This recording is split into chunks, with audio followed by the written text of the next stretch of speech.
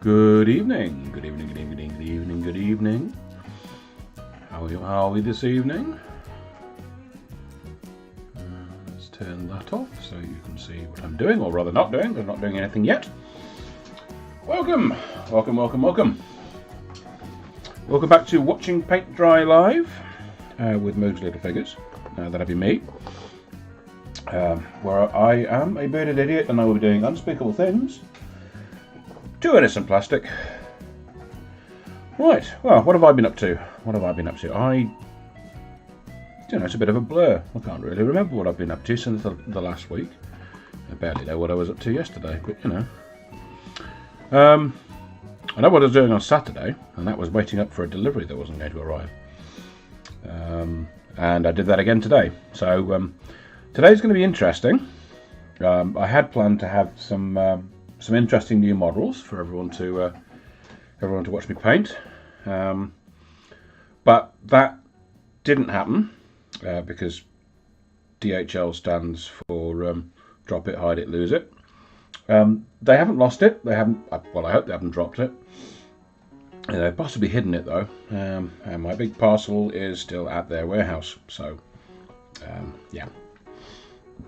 But you know, the show must go on. What else have I been doing? I have been rebasing a load of my word bearers with this fantastic stuff. Where is it? Is that it? Is that it? Does that sound like it? That sounds like it. Hello, Morton Joe. Hello, Jamie. Glad to see you. Yeah, this stuff, which is Geek Gaming Scenics Wasteland base ready mix, I think. Wonderful bunch of chaps. They sorted me out with a big bag of, where is it? Professionalism as ever. Where is it? Yeah. Base ready wasteland soil. There we are, that's the stuff. So check them out. I don't have an agreement with them. I bought this with my own fair money. But their stuff is absolutely incredible. They sorted me out with a big bag of the... Where is it? Oh, come on. I put these things down and then they... Right, there we go. Anyway, that's the scrub. That's the Wastelands stuff. And this is their Scrublands base ready mix, which is also brilliant. And they sorted me out with a big bag of this, because what I was finding was when I was dipping and gluing on the mix, it would get an awful lot of this and some of this, and quickly run out of this. So I was running out of this. So I've got a big bag of this, which I can put back in there. Which I thought was a brilliant idea. They don't sell it on the website, but I emailed Luke at Geek Gaming Scenics, and he said, okay, we can come to an arrangement on that. So we did. So I've got a big bag of that now. Anyway, that's that. This stuff. This stuff looks like that when applied to a base, which is not slightly out of focus. That's in focus, which is just num num num. And that's no prep at all. That's just gluing straight onto the base. I think there might be thinky Badlands paint under it, because I think that's probably what I started out with. Yeah, a Ground Earth. That's it, or a Ground Badlands, one or the other. So that's what I've been doing. Rebasing my word bearers and touching them up and doing all kinds of other stuff to them. This guy I think you've seen before on the channel, because I actually painted him on the channel. I think he's looking quite cool now.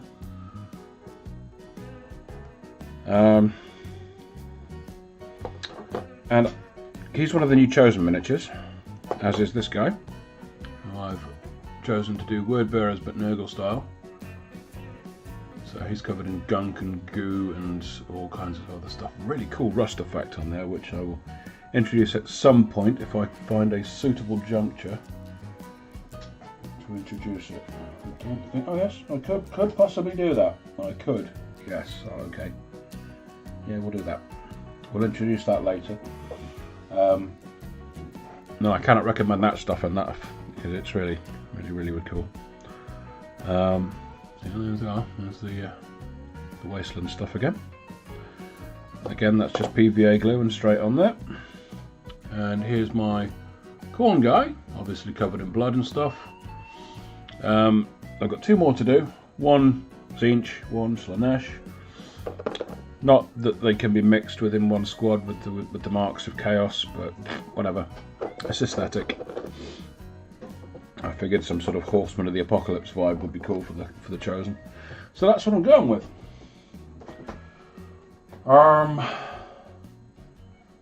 Right, should I introduce that new product now or should I introduce it later? Yeah, let's introduce it now. Why not? Why not? And then we'll go down to the Banshees, because that's what you're here to see, I assume. Do you want to see Banshees? Well, I hope you're here to see Banshees, because that's what I've got. Right, cool. Yeah, this is a crane thing from one of the scenery sets, I forget which one. This is just that over black. Read that one, yes. Yeah, metal colour, pure aluminium, over black. It's what I normally use, it's my go-to. With some of my brown liquid, which is half Agrax Earthshade, half Seraphim Sepia, and a few drops of Druchii Violet, not Druchii Violet, this stuff. Drakenhof Nightshade, just to cool it down a bit. But this new product, which I've had recommended to me, is this stuff. This is from a company called Dirty Down. Product's just called Rust. They also do a verdigris, and they do a moss effect, which I've not tried yet, either of those. But this one is water soluble, but you know, all kinds of, here, you don't drink it. So give it a good shake, and this is a 1-coat rust solution, and it's absolutely brilliant. Give us a good shake, shaky, shaky, shaky, shaky, shaky, shaky, shaky. And this stuff is not cheap, unfortunately. This is a 25ml pot, cost me £9, I think it was, and that's about average. Okay, I'm done shaking now. Just gonna brush out. Find my glasses. Where's my glasses? There's my glasses. Oh, right, Joe. Which one are you trying to work out, and which one are you going to use on your army? Which army? You mean the Wasteland stuff, or the Scrubland stuff, or what? Right. So there we go. There's that. Pop this open. This is have to take a nice good shake now. Now, I don't think there's anything to be gained emptying this out onto a pallet. So we're just going to wet down the brush so it doesn't get up into the ferrules.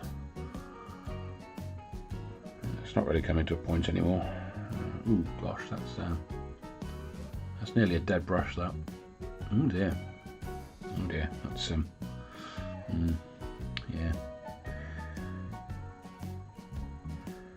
Dip that in there, a little bit on there, and just dab it on there.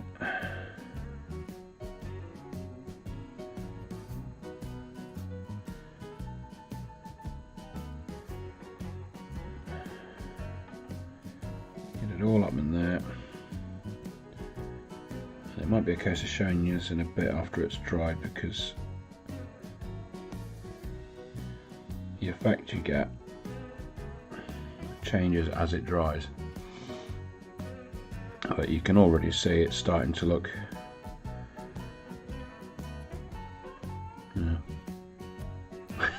it's a 1-coat rust solution.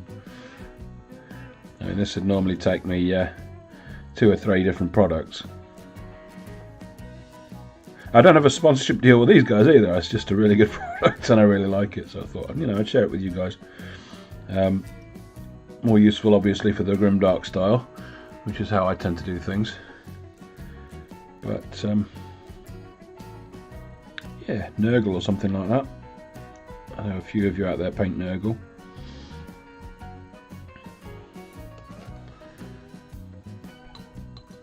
And just let that dry.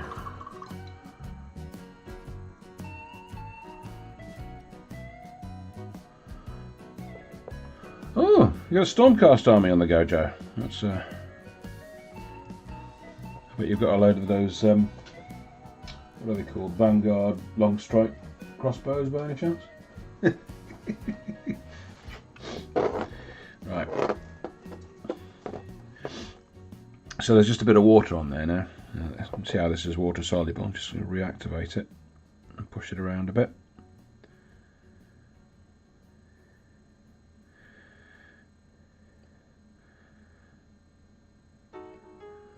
And you get an even more realistic effect.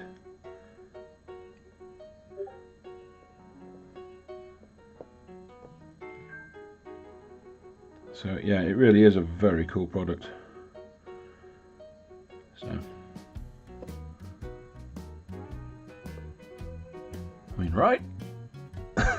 It looks like rust. This is exactly what you want a rust effect to do.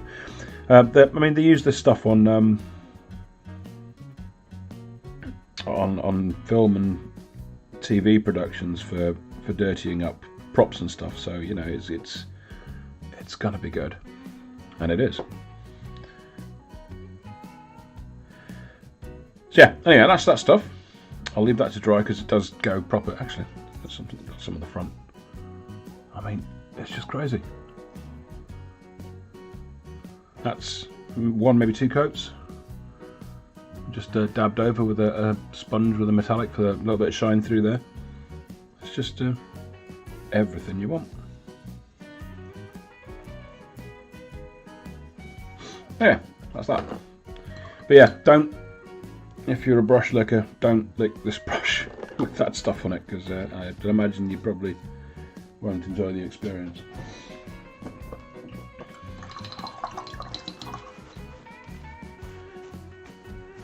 Here he is. Better late than never. Alright, Mick. Managed to kick your contractor out, did you? I mean, that's dedication right there, isn't it? You know, he was pedal to the metal all the way home just to get here for my live stream. So kind of dedicated fellow that he is.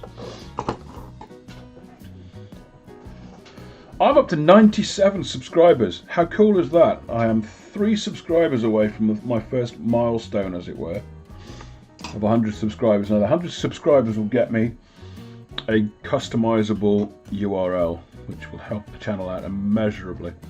So if you happen to be watching and you're not already subscribed, please do subscribe.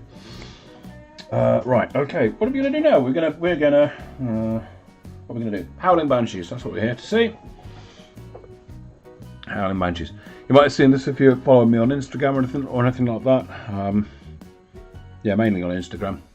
I think I might have posted it up in Discord as well. Did I post it up in Discord? Or am I talking out of my rear end? No, I did not post it up in... or did I? No? Yes. Yes, I posted it up in Discord. In the Work in Progress channel. So this is my Grimdark check. Grimdark, teeth back in. Grimdark take on Howling Banshees. Now I wanted to create a kind of effect where the Howling Banshee is a flitting, shadowy figure on the battlefield until they launch the attack, at which point they become fully visible in all their glory. So that's what I've done. It looks like they're leaping out of the night, even though there's no night. So that's what we're doing today, which hopefully will fill out the 2 hours. Now I do have a full squad of 5, but I'm going to be doing 3 of them because I want to do a proper tutorial, edited tutorial, not live and with everything going wrong like this is going to be, for the Howling Banshees technique. So I've got these are really, I mean, they're pretty, but the models are a fiddle. I found them a fiddle. Very, very, very pretty, but a fiddle. All helmets, because Craft World. Oh, I didn't like that ruling. I didn't like that ruling. In case you don't know what I'm talking about, Games Workshop have, in their infinite wisdom, decided that Ynnari don't wear hats. Or don't need to wear hats. So, of course, you know, if I ever play Ynnari and I show up with fully helmeted Howling Banshees or other aspect warriors, there's going to be someone rolling their eyes and going, but Ynnari don't wear hats. Because that's exactly what they sound like. And you know the sort, because you'll have encountered them. You will have encountered them. Conversely, if I chose, like I did with my my Autarch, to not put a hat on them, they're going to turn around and say, well, no. That's a Ynnari. You can't have that with your Craft World Eldar. At which point I go and find someone else to play with, because that's not how I roll. If I choose not to put a hat on my Eldar, it's because I think it looks cool. Not because they follow a death and god of death, necessarily. No, they just follow the god of murder. That's entirely different. Oh, coffee. Right, let's get the show on the road. 3 Eldar. Yeah, let's get them all undercoded at the very least. Hey Google, turn on the compressor.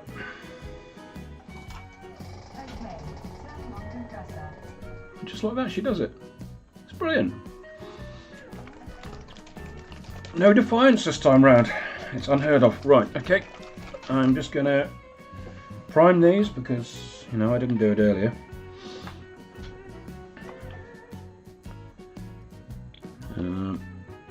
Scale 75.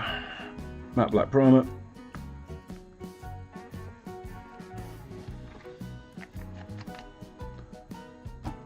Other primers are available, but that's a good one. I wouldn't say it's the best, but it's good enough. It's coming out clean, cool. So, all over with the black primer.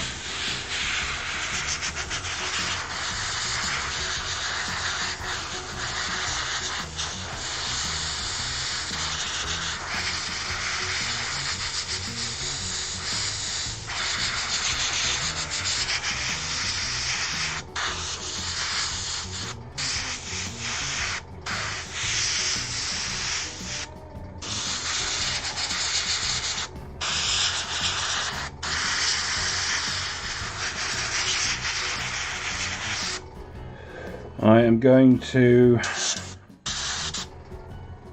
evangelise about the airbrush because I really do like airbrushes, if only for this purpose, because you get a nice thin even coat, which is something you don't always get from a rattle can. Plus you can also do this inside without suffocating yourself, which is a big plus when it's cold and wet and grim outside and you need to get some priming done. Because, you know, some days you just got to prime.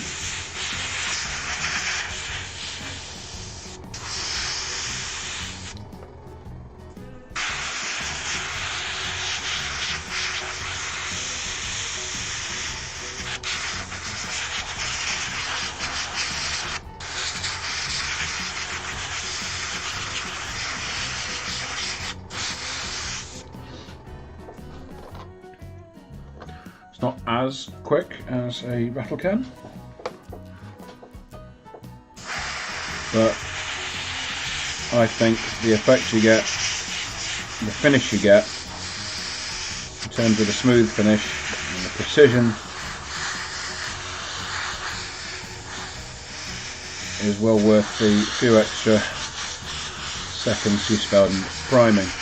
And it dries pretty quickly. It dries pretty quickly, so I mean the first one I've done is probably already dry enough to start doing the next steps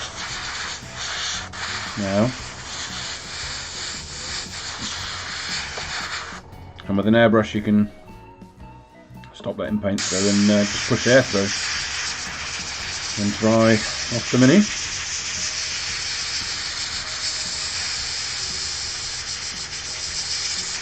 Now I'm going to be using airbrush for the core effect on this, but you can, with an infinite amount of faffing around, do it with dry brushing.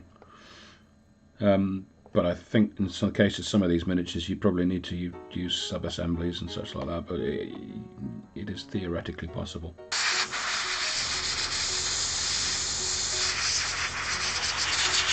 Maybe I ought to do a no airbrush series, eh?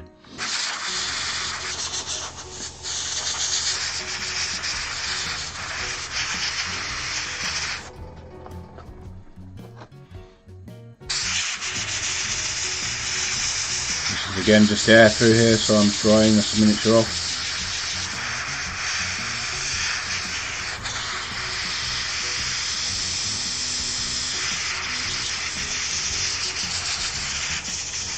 Which is a useful property, because if you ever use chipping medium or anything like that, cool air through the airbrush will dry it out. If you were to use something like a hairdryer, which is hot air, or doesn't, usually hot air, you can set it to cold. It'll change the properties of the chipping medium and make it permanent, so it doesn't do what it does. So that's not ideal. But yeah, just cool air out the airbrush. It'll dry off the chipping medium and enable you to do what you need to do next. I'm assuming you all know what you're doing with chipping medium, or is that another video I can do? Maybe I'll do that. Maybe I'll do that, because I do use that quite a bit on my on the Grimdark scenery and stuff like that. I use chipping medium. Did I use any on that tractor? Let's have a quick look.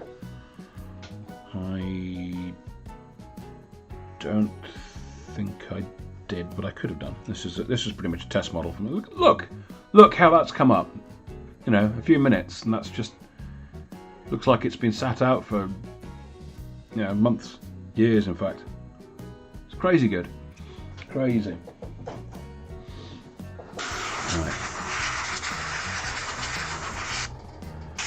Right.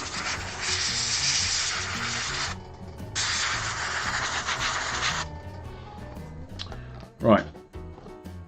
Those who are regulars on my channel will know the next step, and that's for me to reach to the white ink and get the white zenithal in place, but that's not going to be the next step in this particular instance, because I'm going to do something else. But first, that's white spirit, that's no good to me.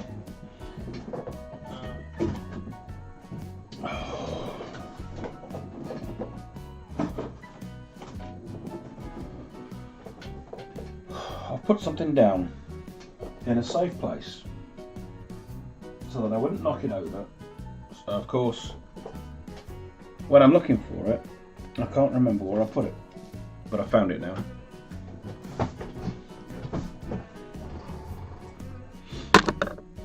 Yeah, £9 a pot is yeah, it is what it is. It's but it'll last a long time, I think. You don't need to use a lot of it. And like I say, it's professional grade stuff, so you get what you pay for.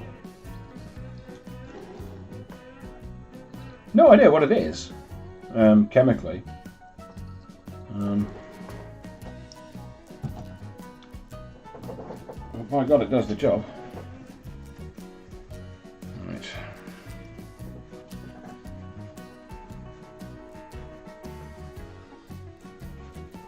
Not putting a hat on is a quick way to meet their god. Yeah.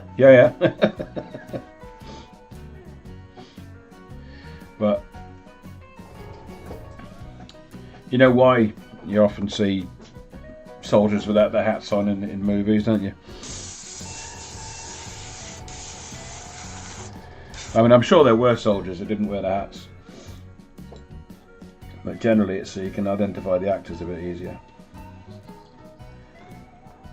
and tell them apart from the rank and file, because the rank and file are usually wearing hats.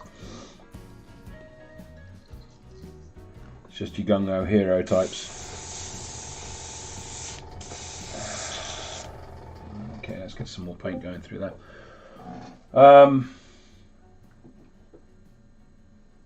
Why did I hear someone not join Discord there? That's kind of worrying. Am I in a channel? Okay, that's even more worrying because I'm not in a channel. How odd.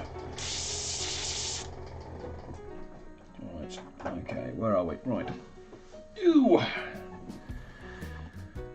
I'm going to use a paint that doesn't get used very often.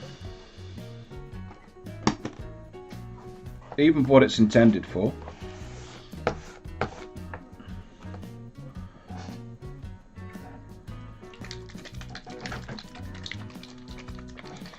To create the night effect. And that is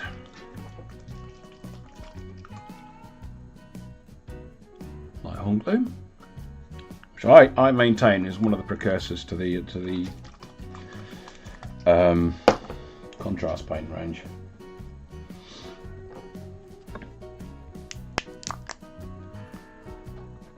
So get that in there. There's a lot of that in there. We don't need all that. That'll do. So instead of a white zenithal, I'm going to go from where the light isn't coming from. There we are. And we're going to go with a grey-blue zenithal.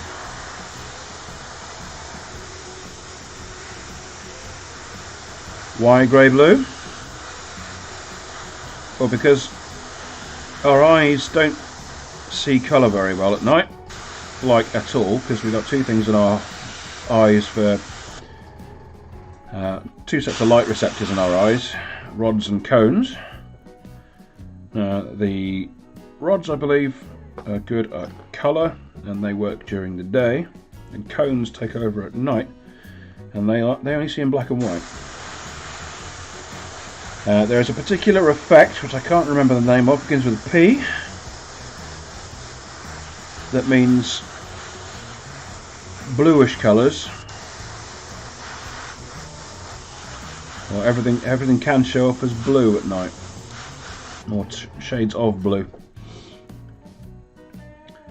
I'm sure somebody can Google that. It begins with a P though, I feel fairly sure.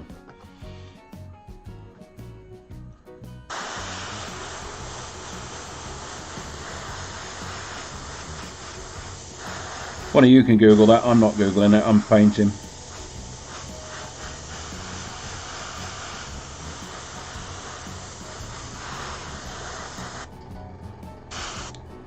I mean, so already, I mean, you're looking at... It's night and day. It's night and day because that's the effect I'm creating, you see. Night and day.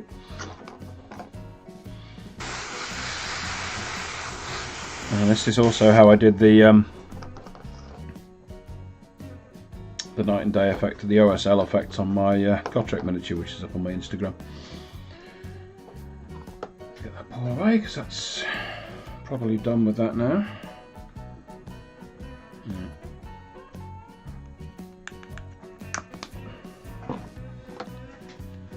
Right, now I really do need to get this cleaned out properly because now comes the whites. I don't need any darker paints.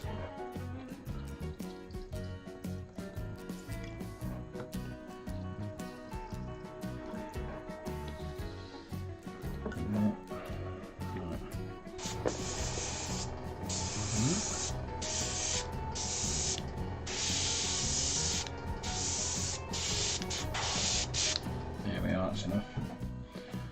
Let's get that in and get the tissue in there, get the tissue involved.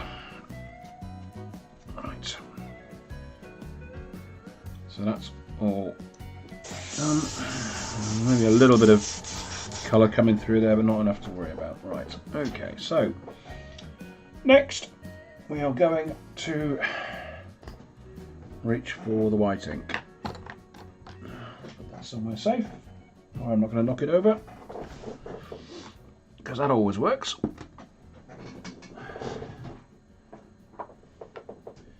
and reach for... Ooh, I need some more white ink.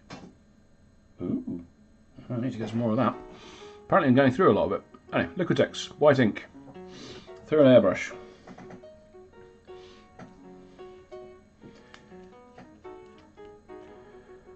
I mean, if I use this on pretty much every miniature, of course I'm going to go through it fairly quickly, so yeah. Bit of a no-brainer if you think about it. Right.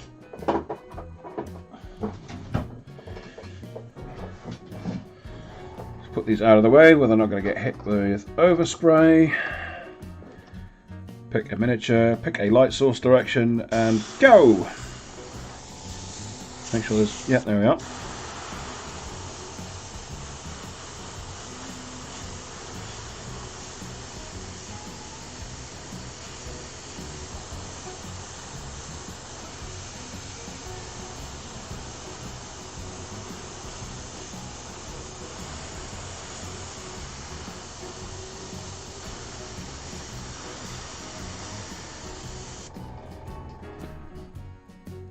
There we go.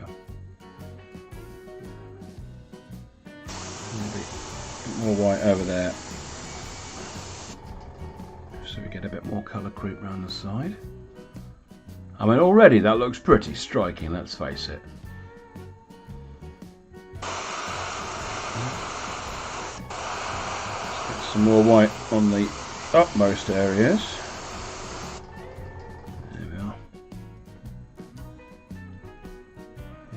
Beautiful. Beautiful!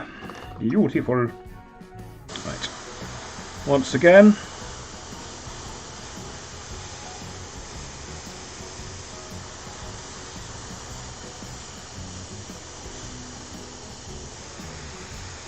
just going to go around the side a bit more on this one because I don't like the idea of the rear side of that being dark. Don't think that'll look good. Let's get it on the underside as well. There we are. A bit more on top.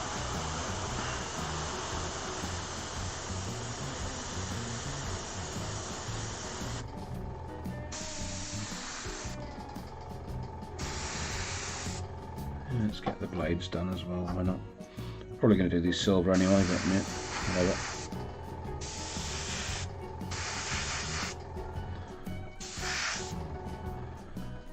Okay.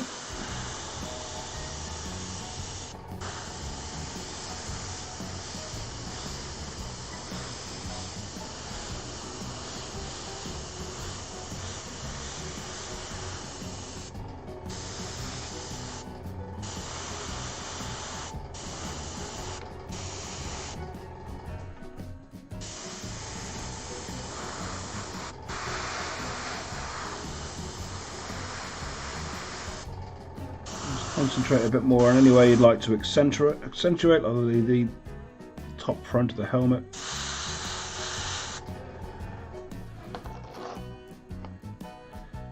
Yeah, I'm just gonna put some more white on there as well. There we are.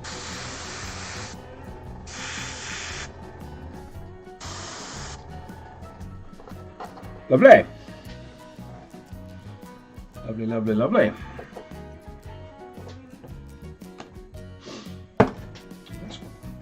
Wash out the airbrush again. Are we almost done with the airbrush? I think we might be.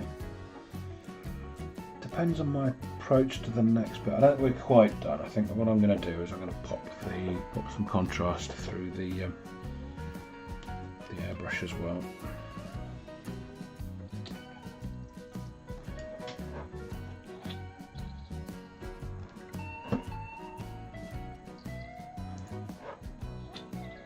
Because it's a light coloured contrast, I'll probably get away with getting a little bit of white in there for not too much problem.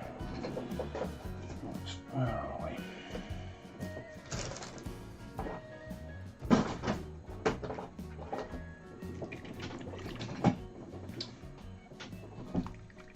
Now,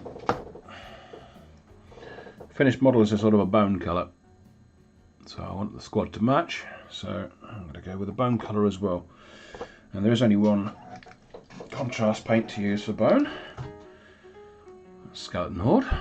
So I give that a good shake. Put my airbrush to one side whilst I give this a good shake. In fact, I'm going to employ the vortex mixer for this, because there's a bit of residue on the bottom. I want to get that sorted out. So that's what that sound is. If you've not got one of these vortex mixers, I recommend getting one. Hey, Wolf Corgi.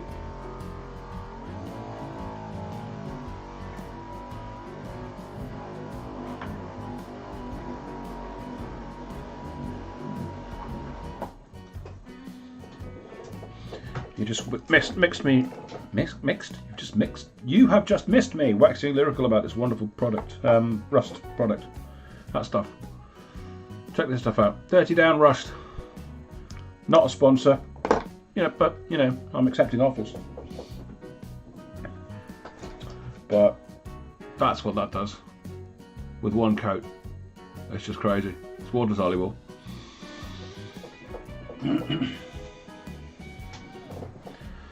Right, I'll pop that over there. We are going to go with some. Where's my airbrush? There's my airbrush. Vortex mixers start from around 25 quid. I think mine was about 30 or 40 possibly. It was an expensive one. I mean, I know Artis Opus did one for more money than you need to spend on one. I think the speed is variable, but you don't need a variable speed or any of those other features. If I mean, you can get lab spec ones that will do all the whiz bang variable speed and stuff like that. You don't need lab precision. You're a hobbyist, So basically speaking, you can pay as much as you want, but there comes a point when you're probably paying too much. Yeah, 25-30 quid, that's what my one was, and it's more than adequate. So I'm just going to get some bone colour on there.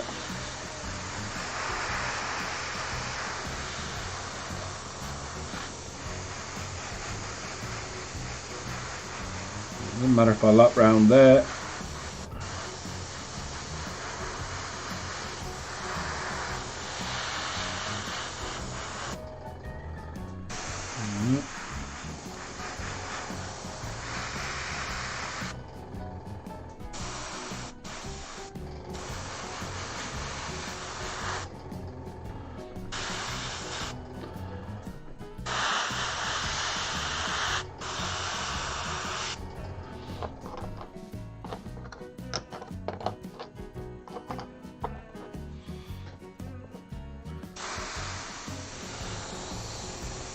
So nice, getting a nice even smooth coat of skeleton horde on there, so it's nice and clean and Eldar prior to me making it mocked up and Grimdark,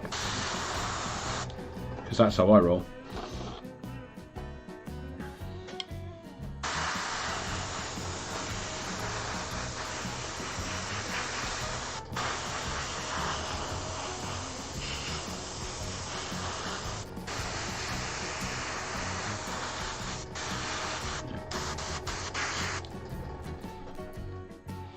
But you can see the shading gradients and all sorts of going on there from the fact that I've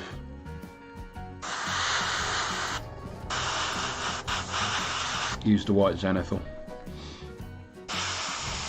Contrast through an airbrush. Let's get some more contrast on that. Those shuriken pistols.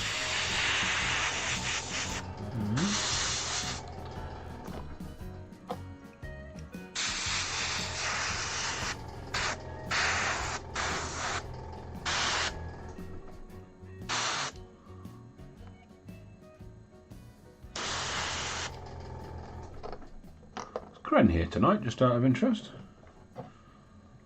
because last I heard he was at a guild meet somewhere, and somebody tested positive with COVID, so I think he might be stuck.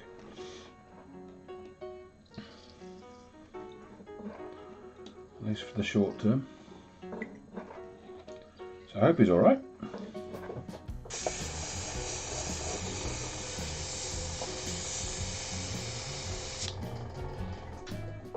But he's like, oh no, extended holiday. Or, you know, he could be really ill. So I hope he's not really ill. And he is just enjoying an extended holiday.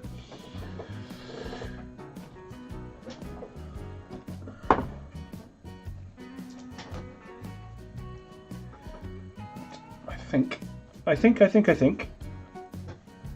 Are we nearly done? Are we nearly done?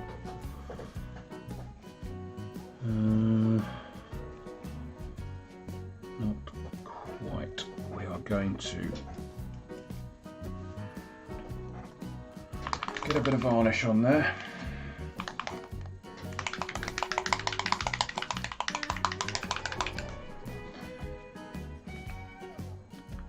Because at some point in the process there will be oil paints involved.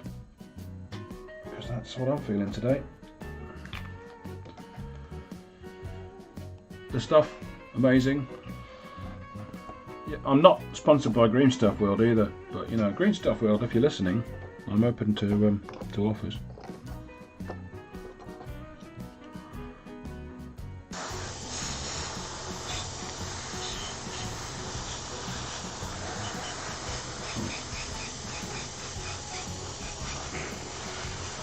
Straight through an airbrush, like nobody's business.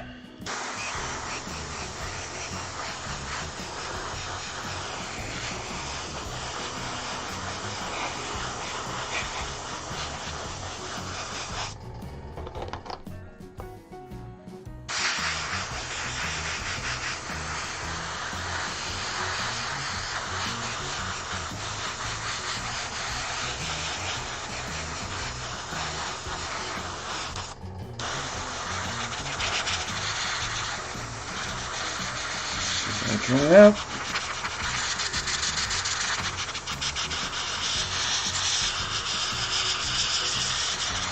That'll lock in that gradient.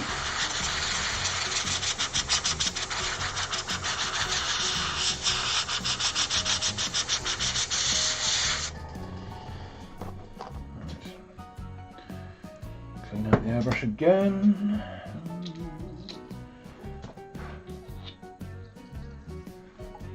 Good this time, because the last thing you want drying in there is varnish.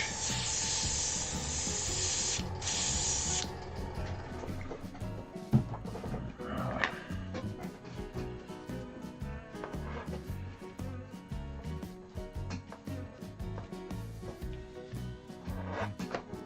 Where's that white spirit I left there? I found some white spirit earlier, quite by accident, and I've lost it again. Where was it? There we are. Right, okay. Quick squidge where I need that. There we are. Let's create a little well of that somewhere else as well for cleaning brushes. There we are. Lovely. Lovely, lovely, lovely. Probably not politically correct to do that these days. So, he's not in our good graces, that man, that's all. And for good reason.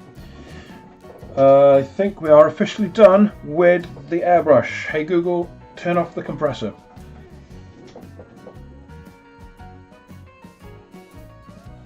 Hey Google, turn off the compressor.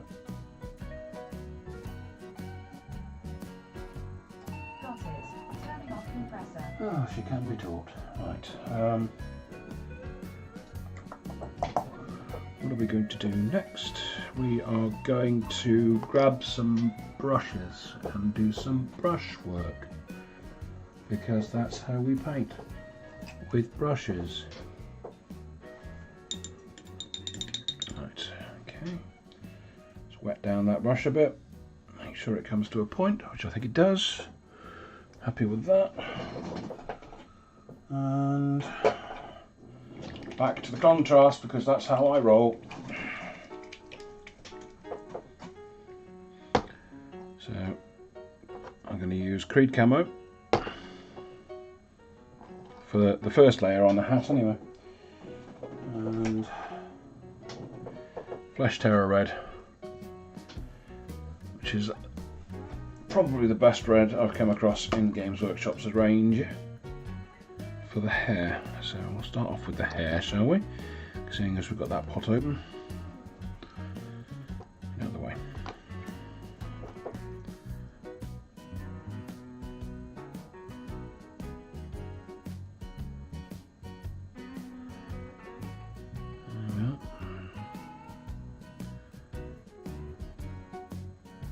A bit of water involved there as well, and then what you can do is you can create that where it blends in to the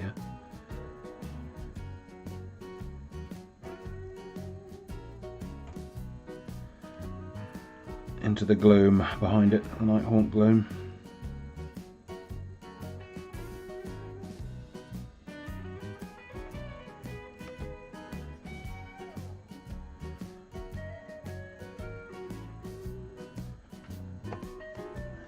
Better coverage with it as well, the water, and it does its thing better.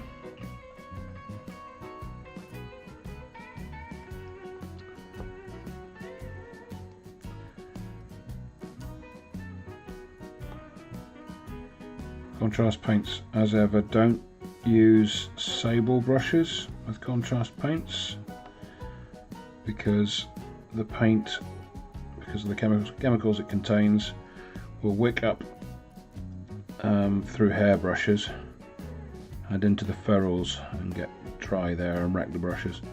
So always use synthetic brushes for contrast paint.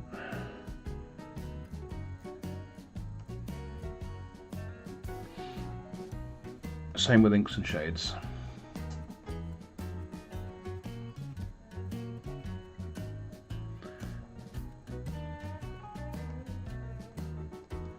So you've doomed me now, Wolf Corgi. I'm going to knock it over in a minute.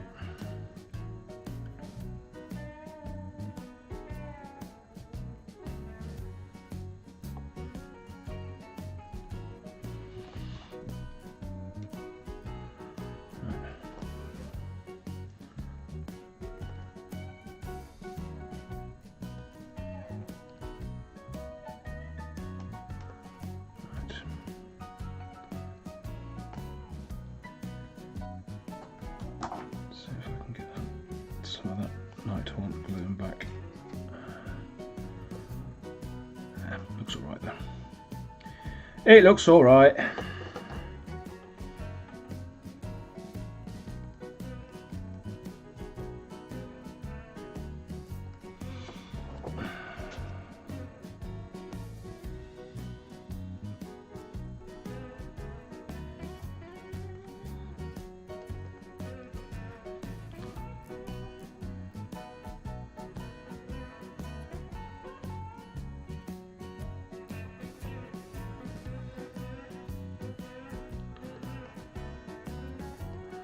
I do like these models, but they are such a fiddle.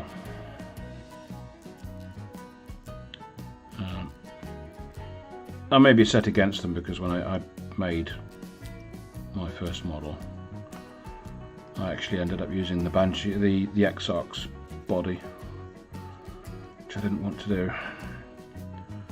Because the Exarch models, the first model, and the instructions is usually the Sergeant.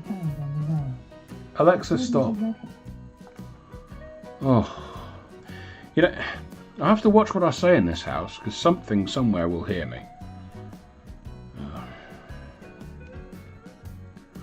So obviously, that particular personal organizer picked up on Exarch and thought I said something else.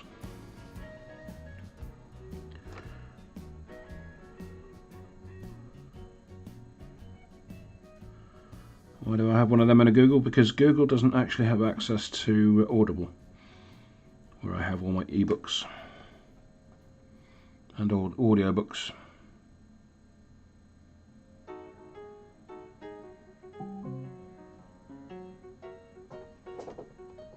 It's telling me to rate a past purchase at Amazon. Not interested. Right.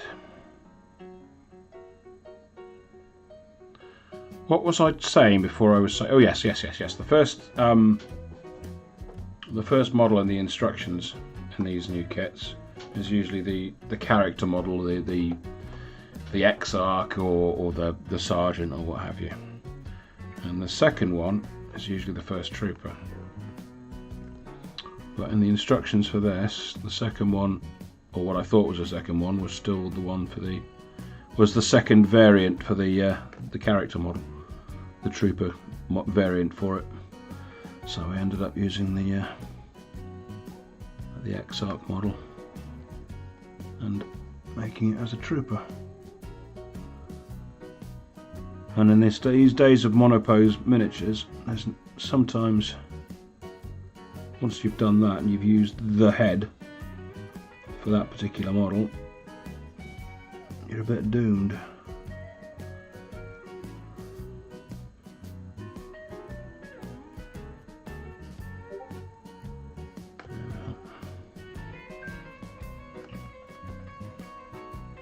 But I got my milliput out and I was not daunted.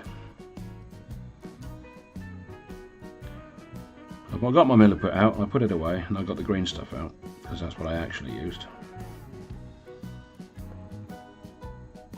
And where there was a gap, putting the Exarch face mask on a trooper's head, I filled in with green stuff, and it looks all right. And it's more or less the same pose as well as the Exarch. So that's a win. Some water down there.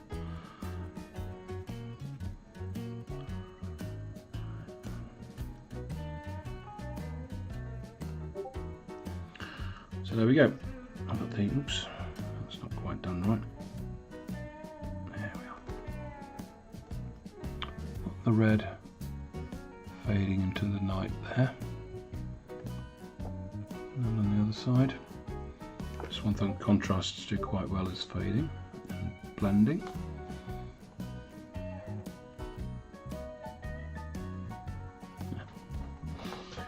Oh wait, right, okay. I have one more task for the red,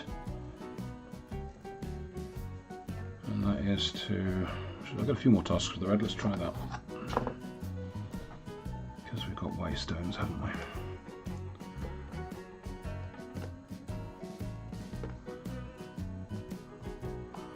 Brave man, open pot without putting it on something to stabilise it. Well, I too like to live dangerously.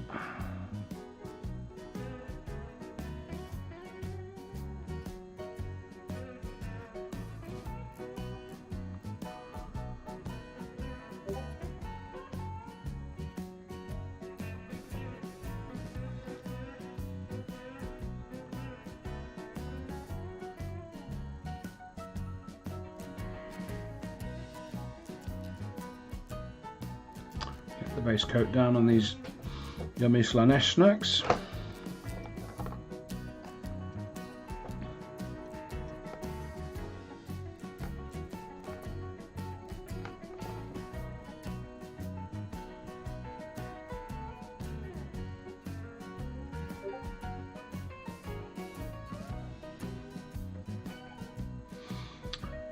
Just imagine Keepers of Secrets just chowing down on soul stones like this, just like they're M&Ms or something.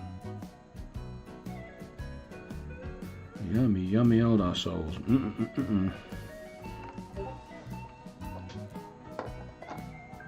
wonder if they come with peanuts.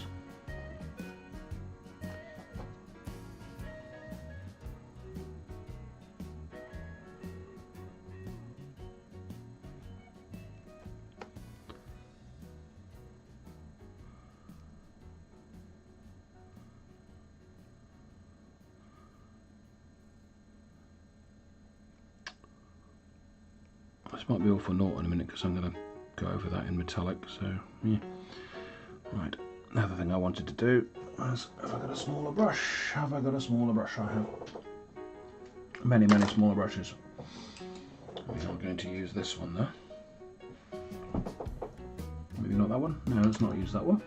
That's a silly brush. That one. Oh, that's a really small one. Right. Let's get some serious water going on here.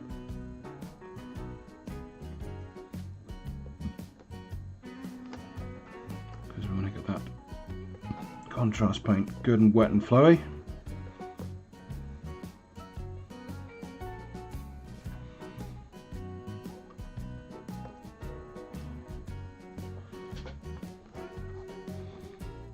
And if we can,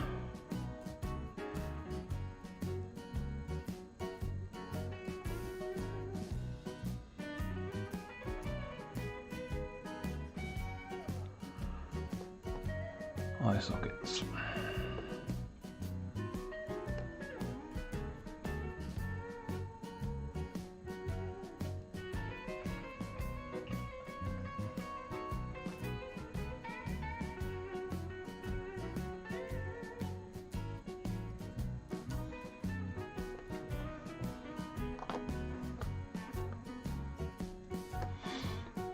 Tend to do eye sockets first if I can, because it's easier to go around the eye sockets to neaten up your mistakes than try and avoid the paint around the eye sockets to paint the eye. See, I messed up there, but I'll get that later when I do the mask.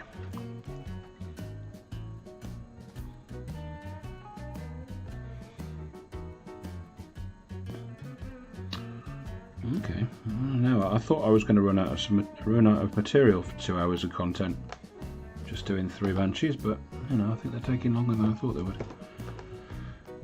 It's because I spent loads of time waxing lyrical about that rust stuff, wasn't it? And showing you the Geek Gaming Scenic stuff.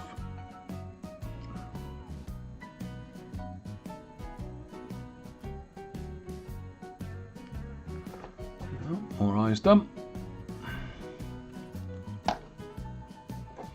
And away with the silly small brush now.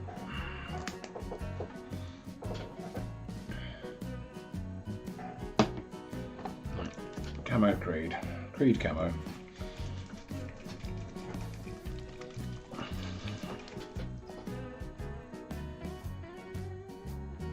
Okay, just have a look at the miniatures and see what I'm going to paint next in this colour.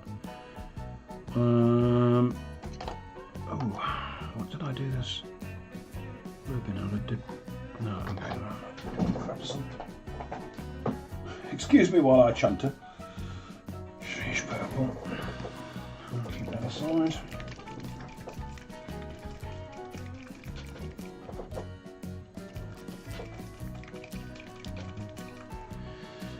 Apply some colour to the finished miniature as well with that, I think.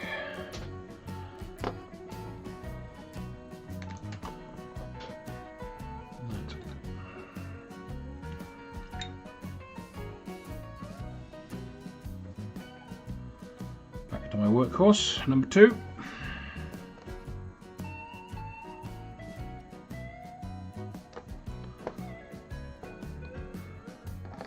There, pop that over there, put that out of the way so I don't knock it over. Made me paranoid now, Wolf.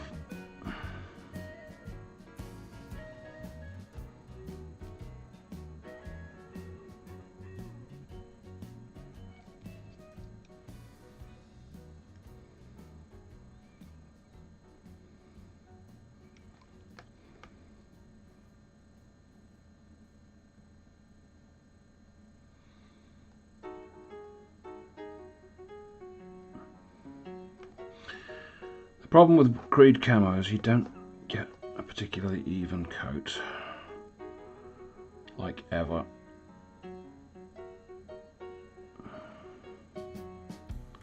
No matter how much you try.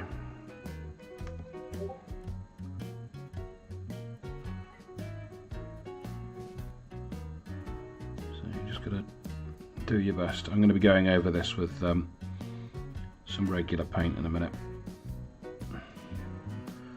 just to get the right blend on it.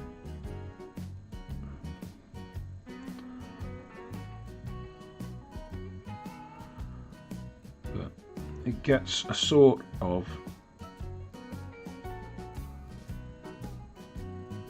a blend going on.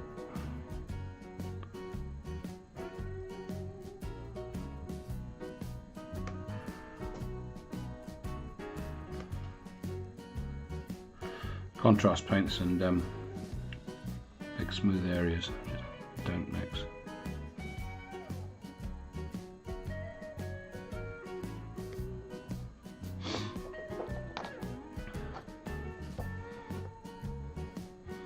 A bit more water in there.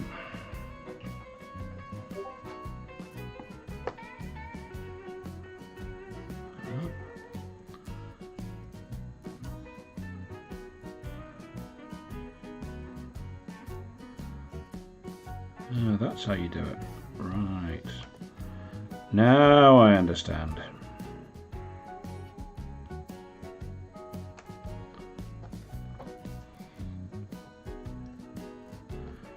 And then you kind of let gravity do its thing. I see. I have learned. I have learned. Still not very even. Better than it was. And I'm still going to go over it with another colour later. Just getting some base colours laid down now.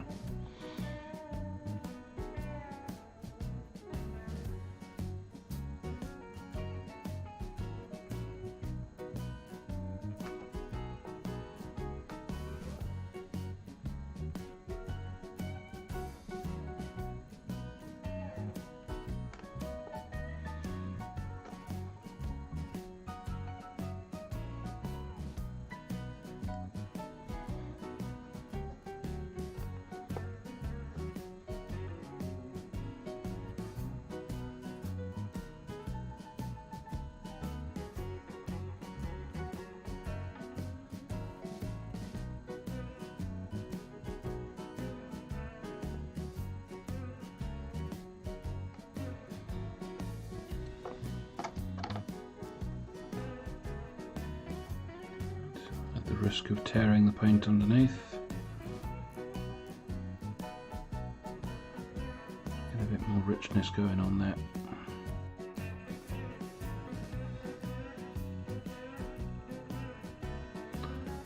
Be so careful with contrast paints. If you're trying to do anything fancy with them. Oh yes, I've missed a bit that I was going to paint green. So let's paint that green.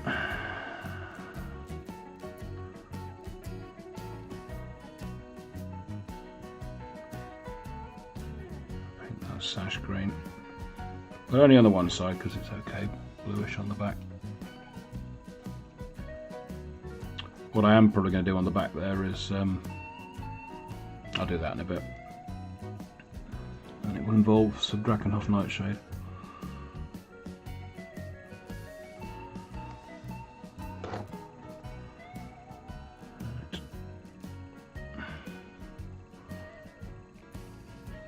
I can barely see what I'm doing, so God only knows how you're coping.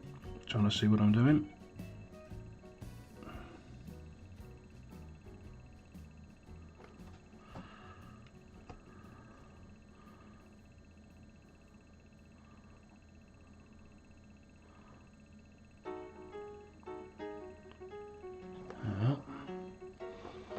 Green.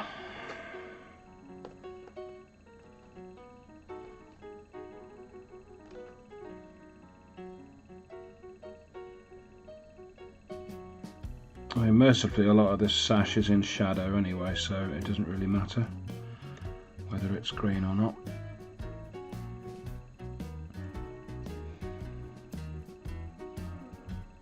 So you get the main areas in green.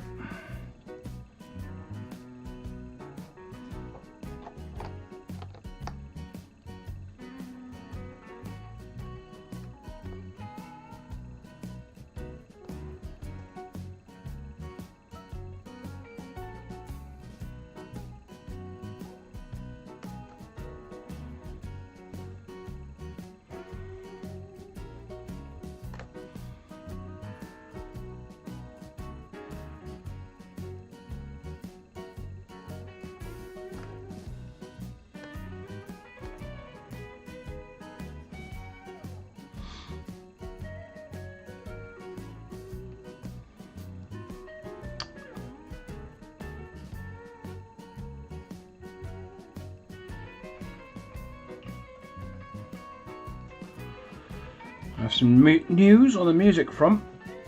I haven't quite got it sorted out yet, but I have a friend who is a musician who has a load of stuff up on SoundCloud and Bandcamp and things, and he's agreed to let me use his music as backing for my videos. So once I get that sorted out, there will be a change in the music you hear in the background, and he does good stuff. If you want to look him up now, the band's name is Dragonhead. And like I say, he's on SoundCloud, but mostly on Bandcamp. So if you want to know what you're going to be in for.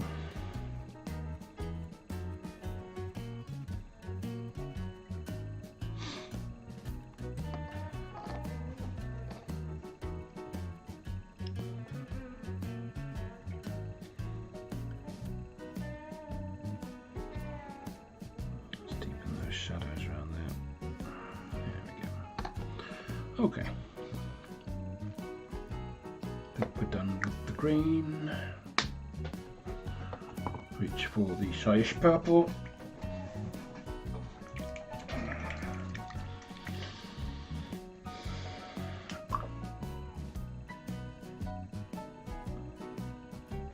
This is a hell of a colour. It really doesn't muck about.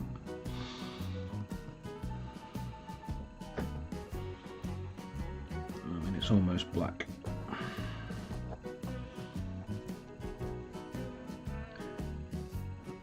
That should be fine. Because once it goes on the miniature, it doesn't look too bad.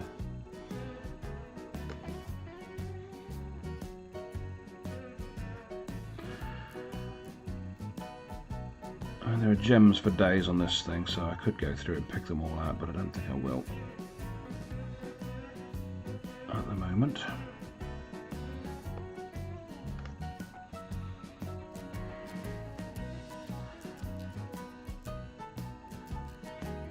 Just concentrating on the areas that will be obvious and visible.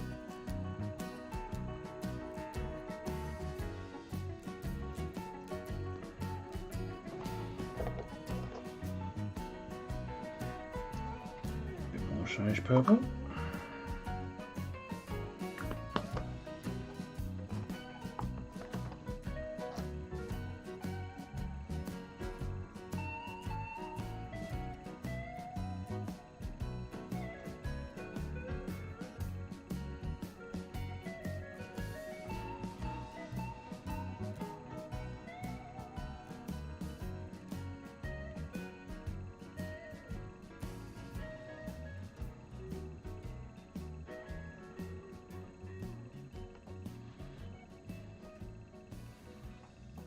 Why shyish purple ribbons on the Banshees? I don't know. I don't know. I just thought it looked good.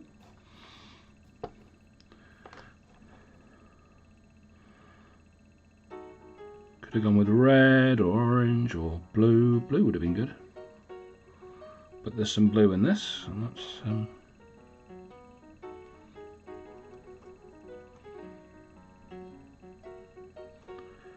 bit of accent colour. Add a bit of interest to the miniature, if it's not interesting enough as it is.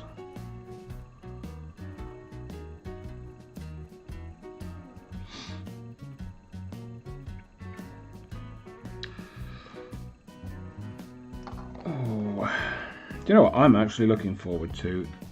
And that's the, because I've got the premium edition of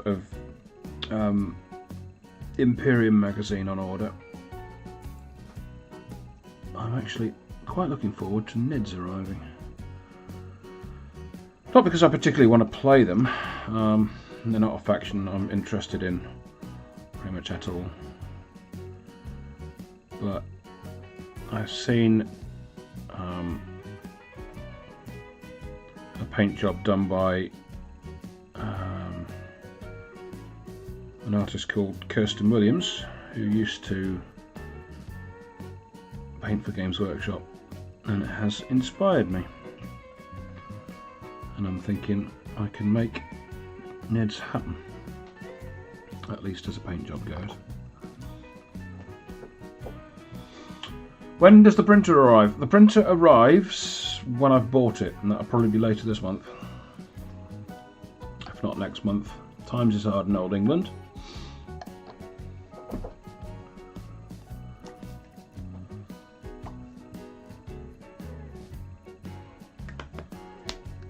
Because like many people, I saw my energy bill, and it caused me to reevaluate my priorities in life. So I will probably still get a 3D printer. I will go for the Mars 2 Pro as opposed to the Saturn I was going to get, because it's cheaper. And it'll be probably towards the end of the month, once I'm sure I've got the money spare. If that makes sense, because it should.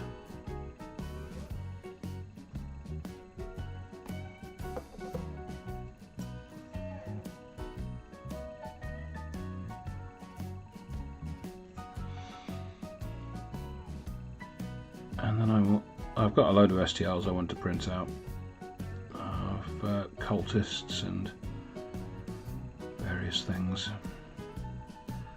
and some beautiful STLs for old world Empire troops as well, which I will be pressing into service as Cities of Sigmar for Age of Sigmar.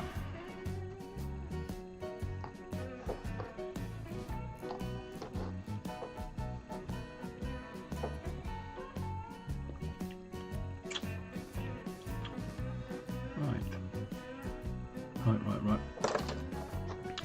See, that's part of the Exarch there. The reverse blade. That's one of the mirror swords. Oh yes, that's what I was going to do. Draken Horf Nightshade.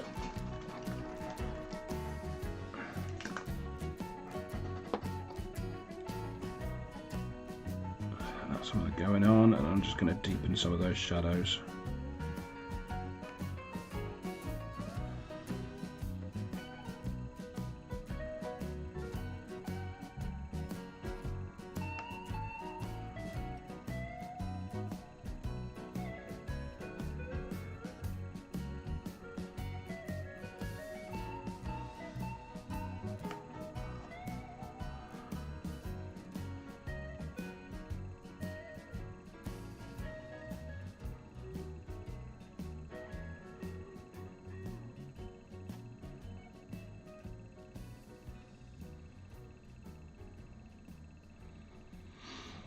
I'm definitely looking forward to getting into 3D printing,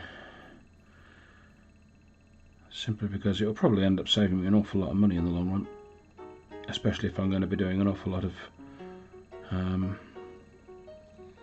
this sort of thing.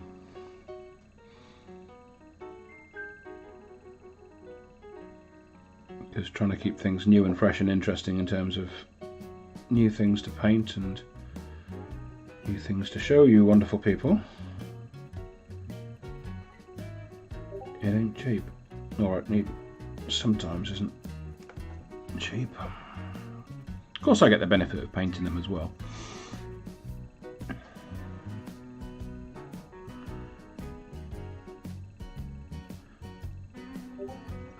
For your sake,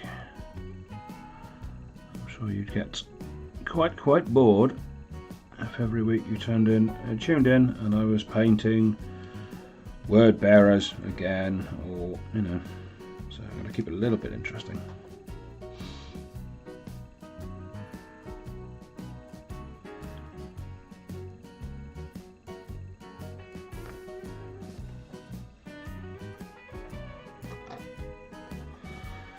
But I'm quite enjoying the YouTubing thing. I get despondent every now and again, but it's fun. It gives me something to do.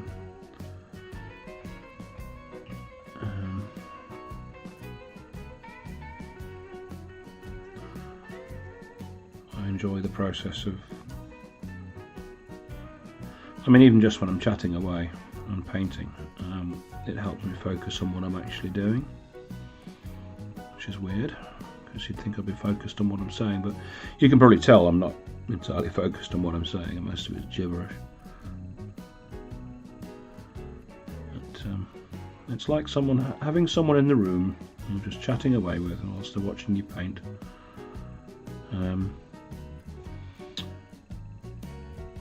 Only real downside to doing it this way is you can't make me a cup of tea.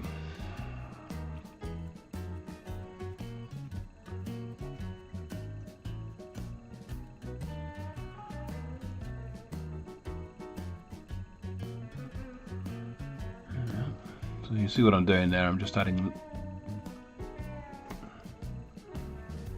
depth and shadow.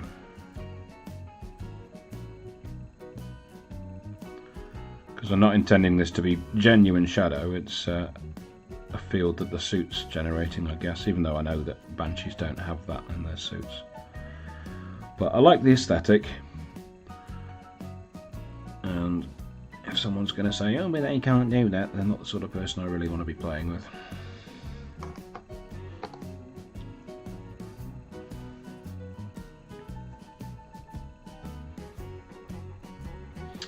Roll of coal is a thing, my friends. Roll of coal is definitely a thing. So I'm just going in the shaded areas just to accentuate the shadow. Don't need to be too precise because it's only ink. It'll naturally tend to blend into the surrounding areas.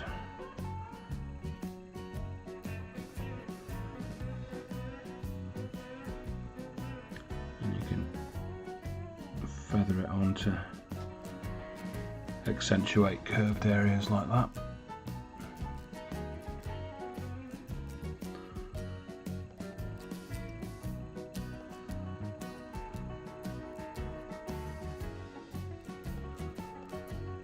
Just darkens things down and helps create that shadowy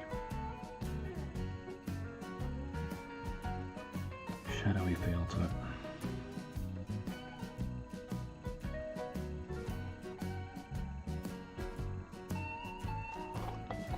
God, even I'm impressed with that. Wow. See if I can recreate that one there.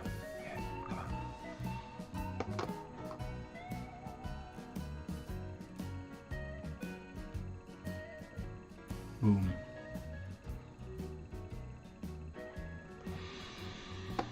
Right. Next, what are we going to do? I think it's time to get the Grimdark on. I do think that is the thing that will have to happen. So, welcome to my oil palette. Let's put that where I'm going to find it again. I need one of my old knackered, chewed up big brushes. Yeah, that'll do. Get that mixed in. And this has been sat there for a couple of weeks. Oh, maybe not a couple of weeks. Whenever I painted that is where I put fresh paint in there. And I've just stuck a bit of white spirit in there, it's just reactivated it all.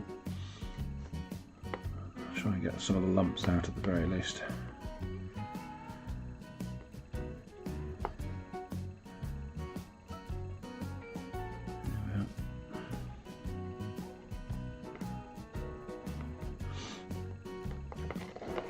Now, for more reasons than one, this is brown trousers time. One, because it will make their trousers brown. And two, because, yeah, that's a scary moment. This is where it could all go horribly wrong, but you've got to have courage in your convictions that you know what you're doing, and just get that brown on there.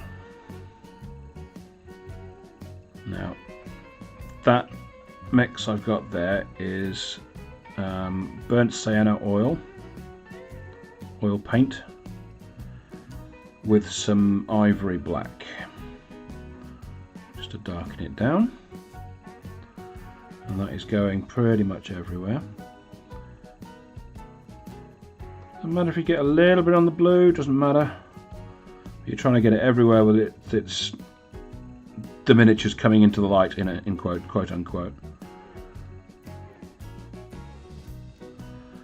It doesn't matter if you get a little bit of bleed over into where the blue is. It adds to the effect. There we are.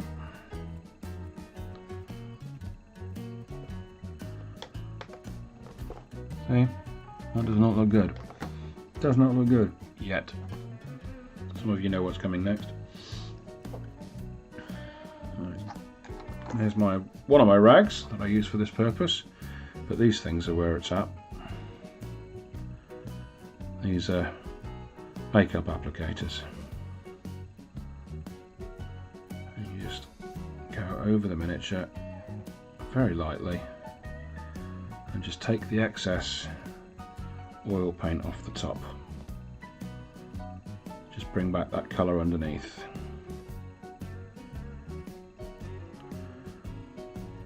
And what that'll do is it'll leave a lovely blended sheen over the top, and it will stay in the recesses, tying everything together. Seriously, if you haven't tried messing around with oils, I recommend it. You can pick up a set of oil paints for not very much money at all, with loads of colours in there.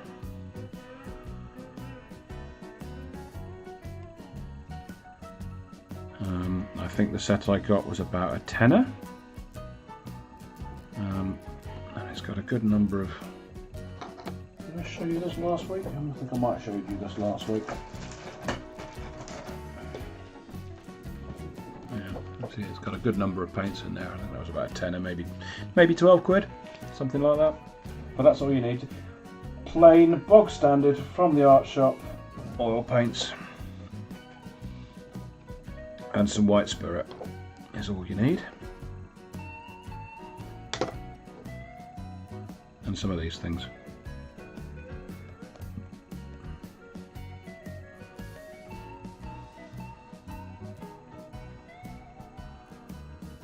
I'm not quite done with that, but we'll get onto the other miniatures while we're here.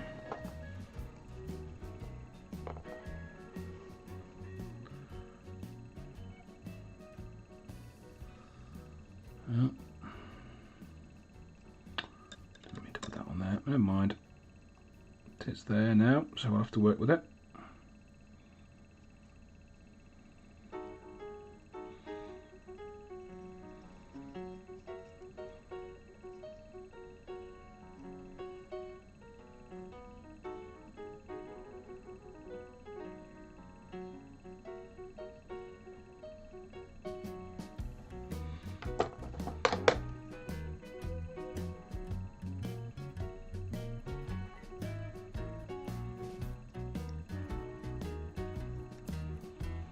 And acrylics will quite happily go on top of this. It will take a while for it to properly dry, but acrylics will go on straight on top of this. Like when I finish off the mask, that's going to be acrylic straight on top.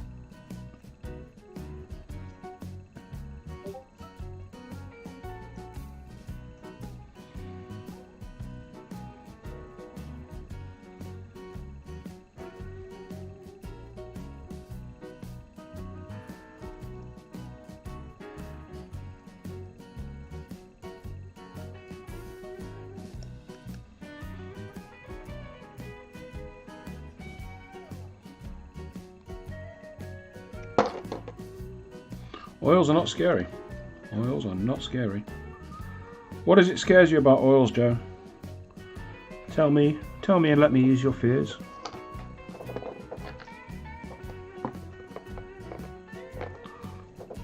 Oils are messy, I'll give you that. They're certainly messy. But they are not scary.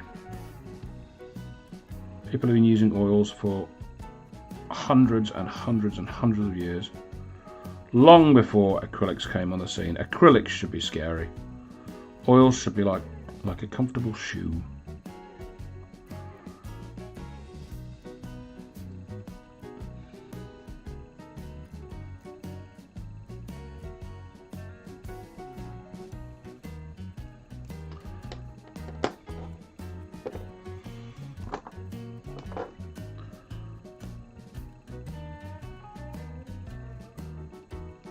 Seriously, you give oils a try, you'll be a convert. I tell you. Mark my words. Because there is so much you can do with oil paints. That, well, I mean, you can do it with acrylics. But it's a lot easier with oils.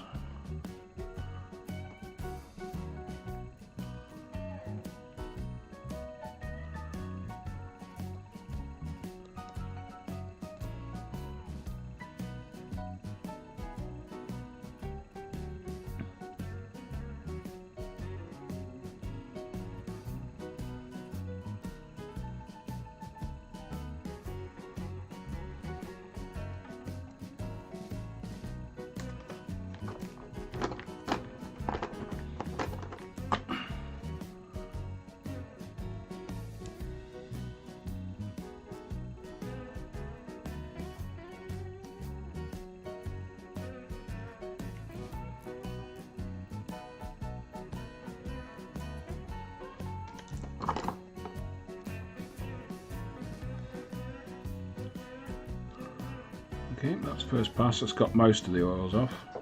What we can do now is we return to our pot of white spirit, just here, and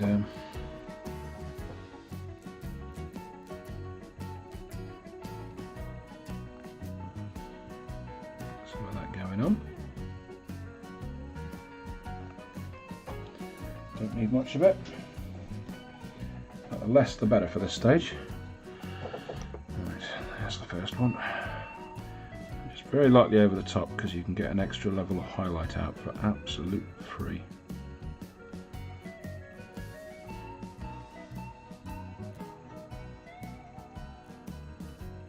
Just brush that over the top. And then I'll take slightly more of the paint away, giving you some extra highlight.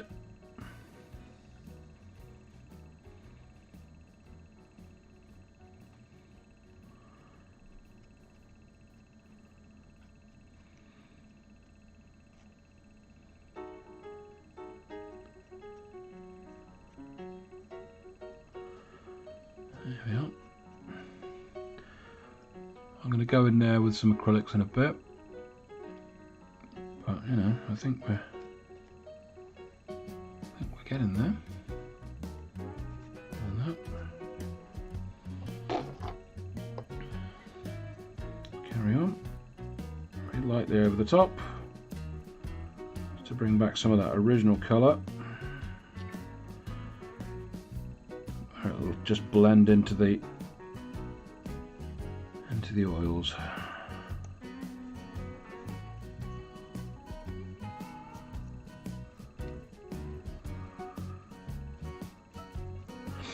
So yeah, I was hoping to do Space Pirates or something tonight, seeing as they're current and exciting. But for those of you who weren't here at the beginning of the stream, I've been let down by Drop It, Hide It, Lose It.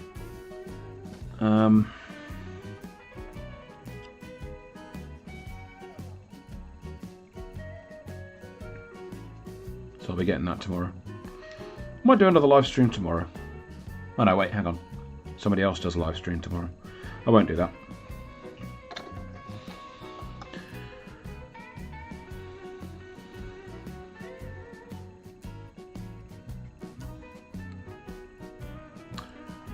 Let's Say Hi Paul doing his live stream tomorrow.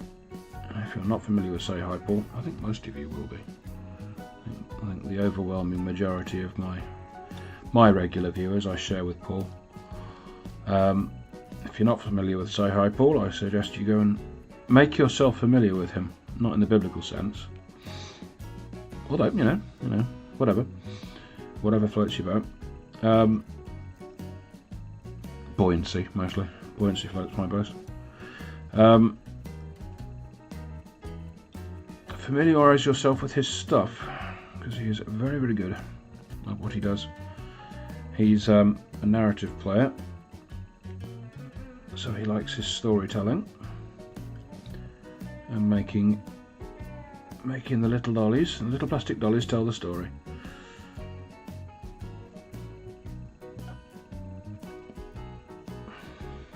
something I can entirely get behind, because that's how I roll too. Well, that looks good. I like that. I think of the lot, that's come out the best. Yeah. Getting there. Look at them. Look at them. Beautiful. Right. Okay, so where did that white spirit go? There, that's where I put it. Alright, let's get that out of the way. And we are there we are.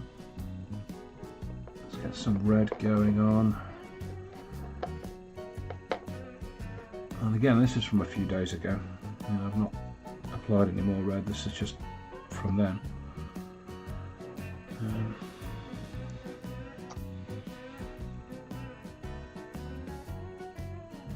And this will just sit over the top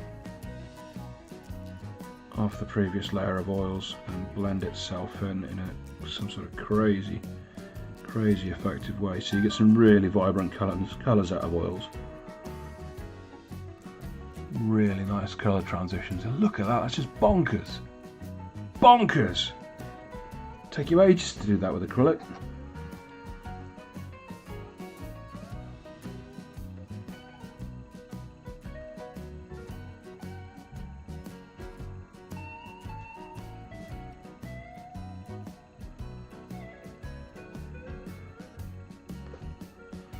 Places like Italy, as far as I'm aware, they've leaned into oil paints in a really big way. They have this whole subcategory of their golden demons just oil painted.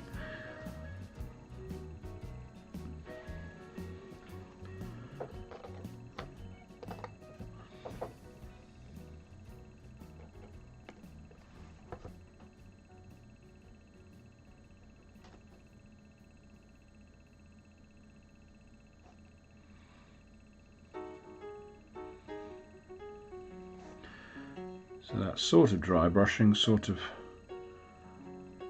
wet brushing over the top. I'll just sit quite happily on the upper recesses, and you can mix it in with a bit of stippling. Just get some really vibrant, nice, just bonkers. Look at that, amazing stuff. That was water. Don't put your oil paints in water. It's not going to go too well.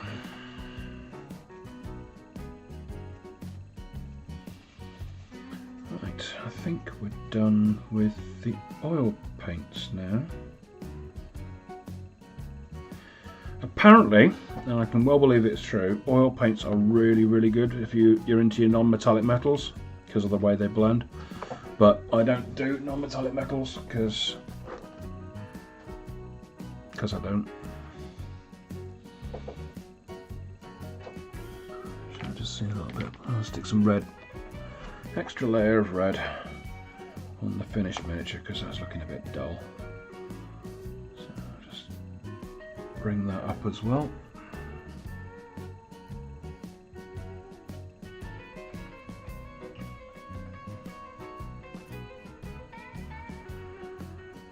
I think that's dulled down because I put some varnish on it later. But yeah, there we are. White spirit. Get that brush clean. Lovely. Right.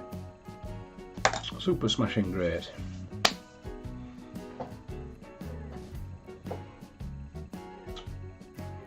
Look what I could have won. Okay.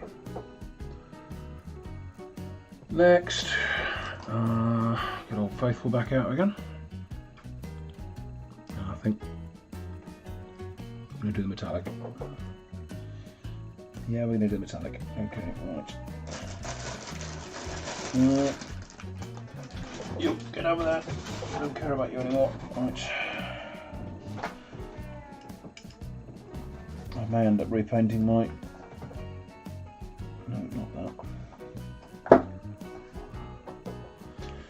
May end up repainting my original miniature there because I'm going to use some of this stuff, I think.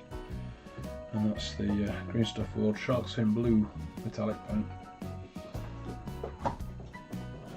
That does need a good going on the vortex mixer, so bear with me a second. I'm going to have some coffee.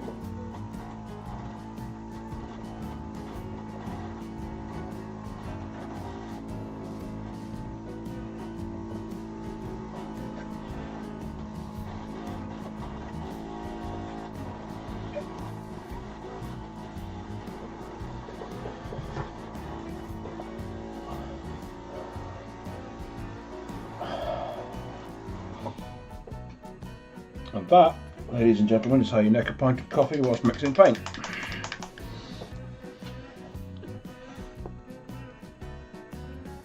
Right. Really? Okay. Time for a bit of corrective surgery. This is the only problem with the Green Stuff paint range, is they can get clogged fairly easily. I don't know why they're particularly susceptible to it, but they are. Look at that. Look at it. Admire it in its beauty. Ah, beautiful. See you, Jamie. Thanks for dropping by. Remember to like and comment and stuff, please.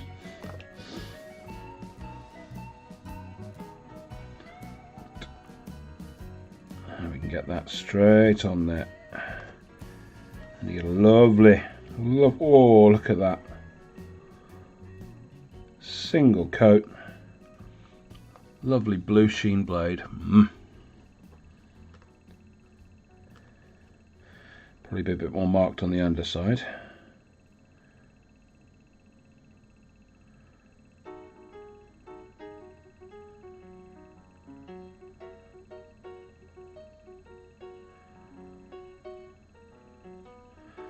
Lovely colour.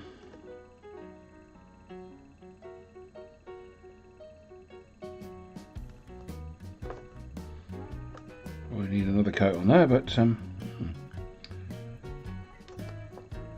lot on there. I'll get some of that on the brush.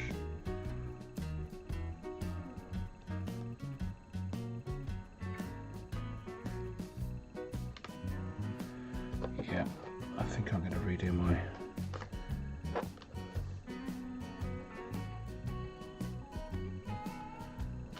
okay. I might need to go over that with an airbrush again to get the base colour back.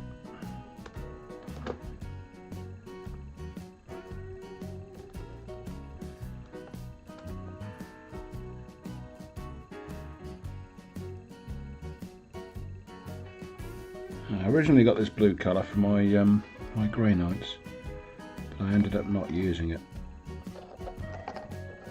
So if it works for this, I should be happy.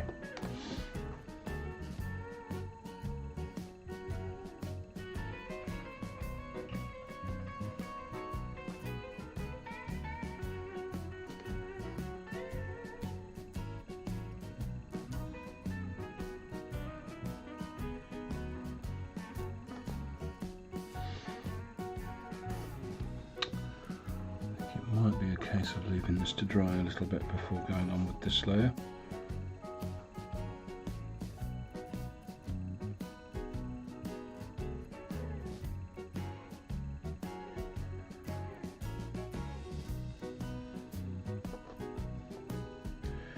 I'm thinking this could be good for power swords and things, at least as a first layer.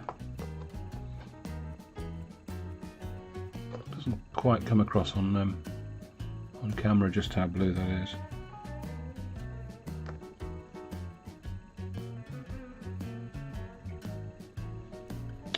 That with some Talisar blue or something like that.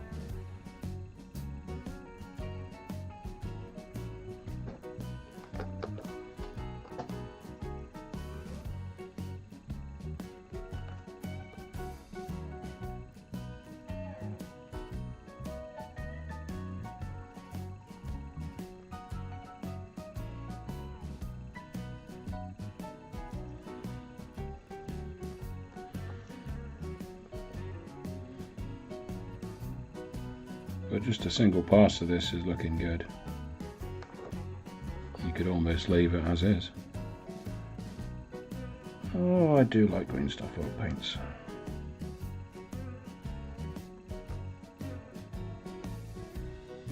Still not a sponsor. I don't get sponsored by Diet Coke either. I don't understand why. Maybe because I don't drink Diet Coke that often.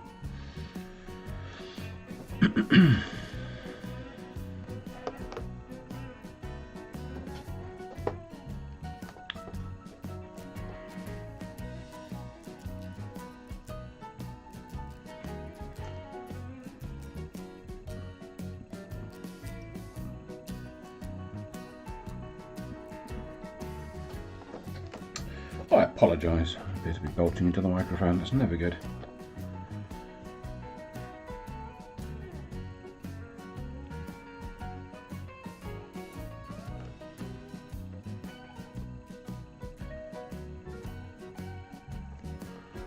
A second coat of that.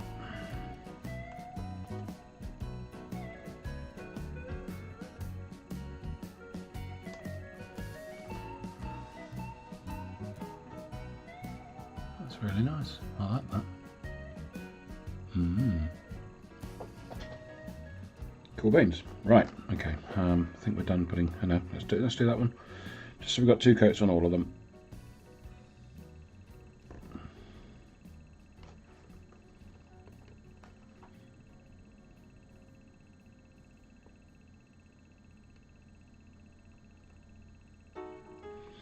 I'd say 2 thin coats, but they're not really thin.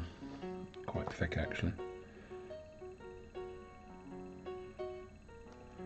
But 2 coats seems to be the charm.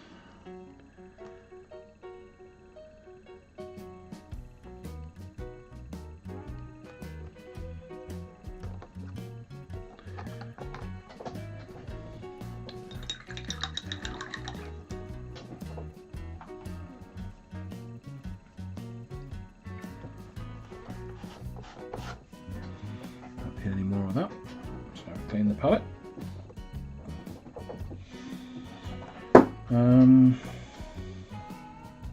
What should we do now? Let's try and get the edging done, so a bit of Quicksilver. Again, from Room Stuff World, who do not sponsor me.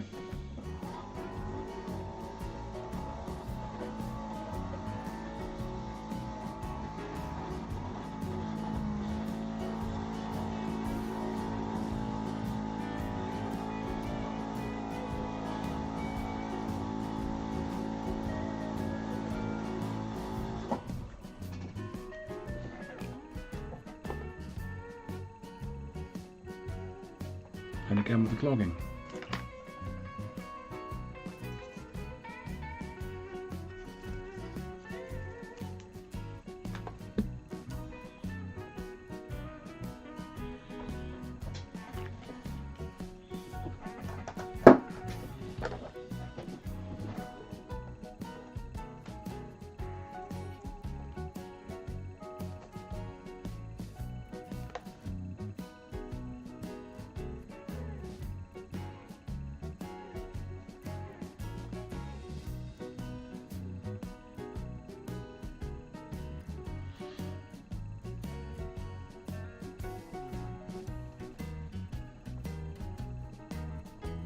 More subtle than I thought it was going to be.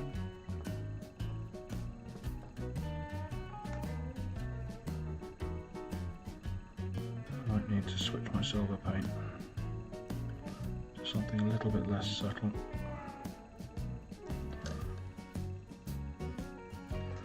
Yeah.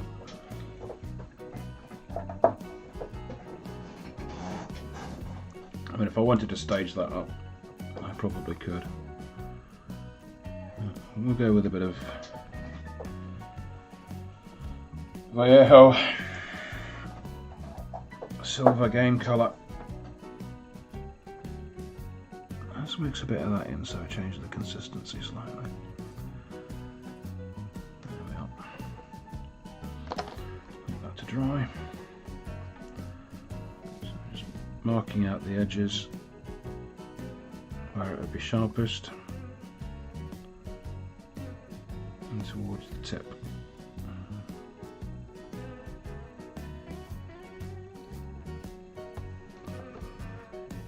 Should give you a nice two-tone effect to the blade.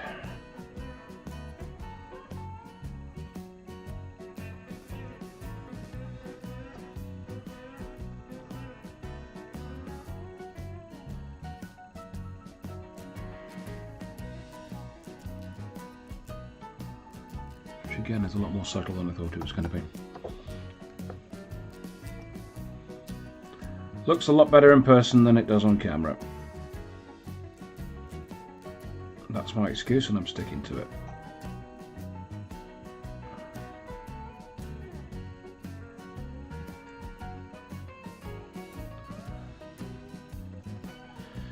Now I could repeat this on the lower edges, but you're not going to be looking under there really, so top edges will do.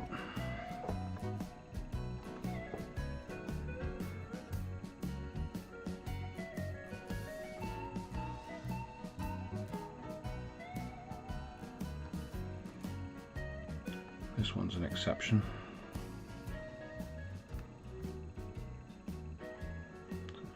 Just along the edge.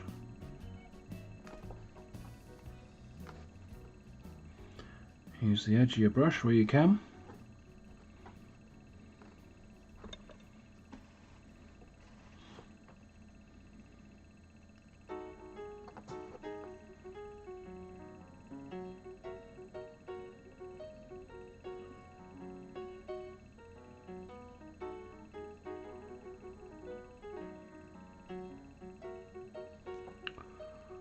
There we go.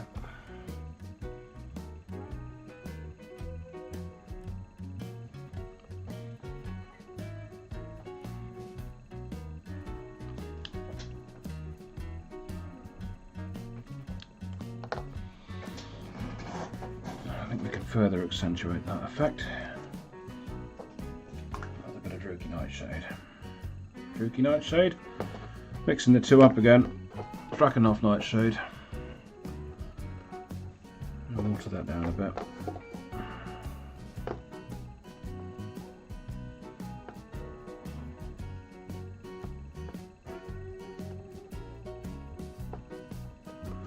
There we are.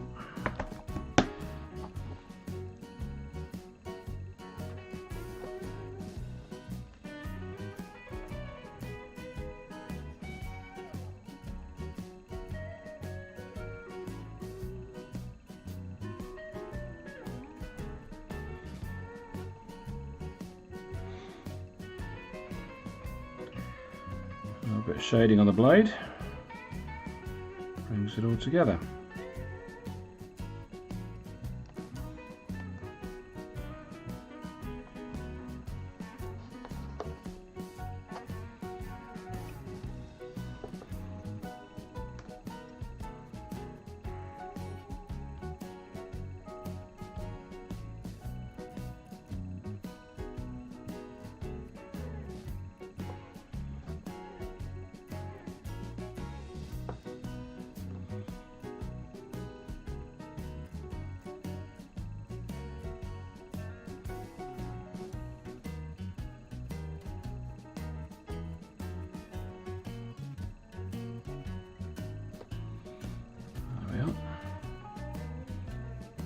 Again, nice blue sheen blade there.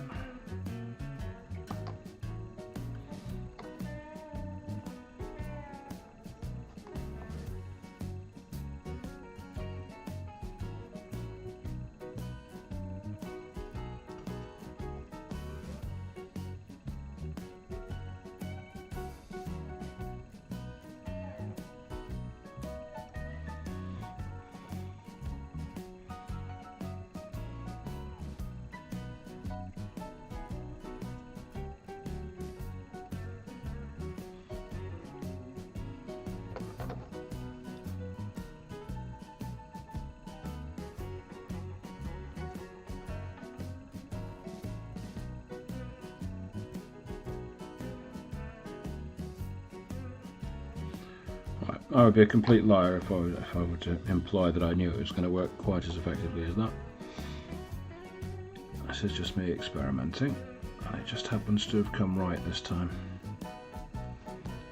So I'll be using this technique again because it works.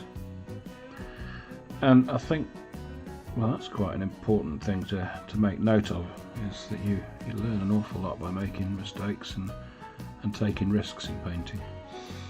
Because the worst that will ever happen, like through experimentation, is you might need to prime the miniature and start again.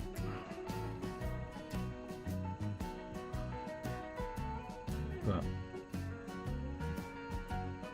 when it does come off, you end up learning a cool effect.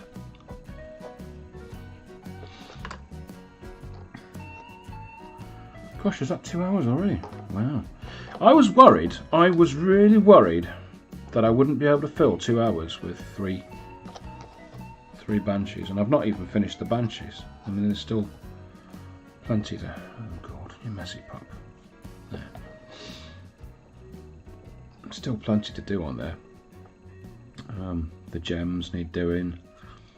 There's some detailing needs pulling out the in leather, and I want to get some more highlights on there.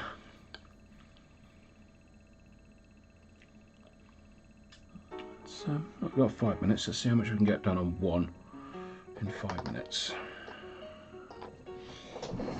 That's okay.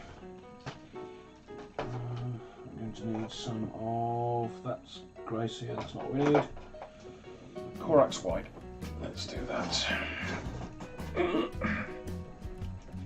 Shaky shake. Windy shaky driver.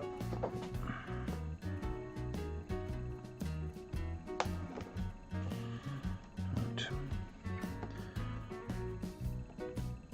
Some more highlights on the mask, just to accentuate them.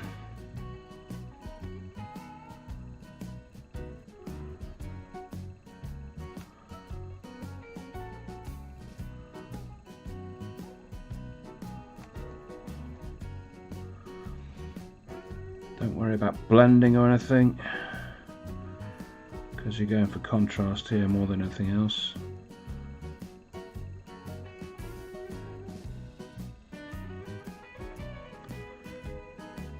And this is all done with a 2. You don't need a massively fine brush. You just need something that will come to a tip. And instantly you've got pop. Right, let's get a little bit of wraith bone out on the desk. There.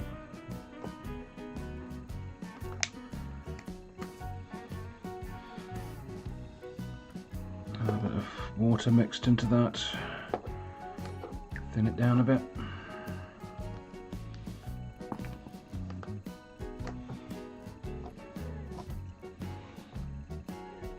Yep.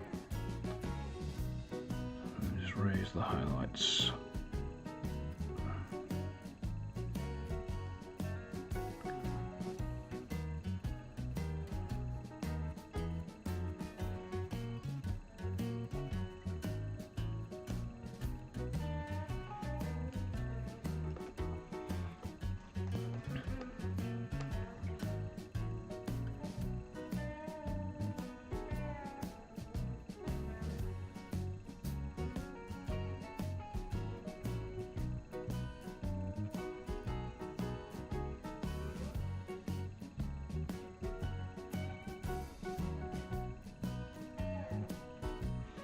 I'm just picking out the plates here.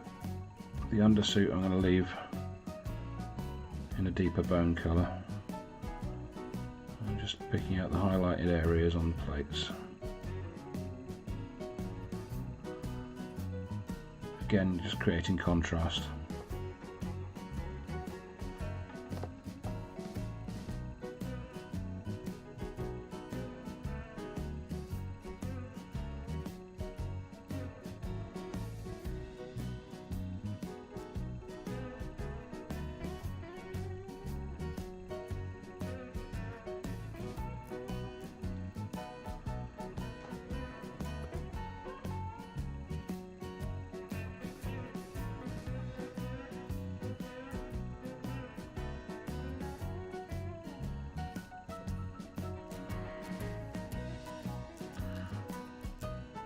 one day I'll get the hang of angling the camera, angling the miniature so you can see what I'm painting.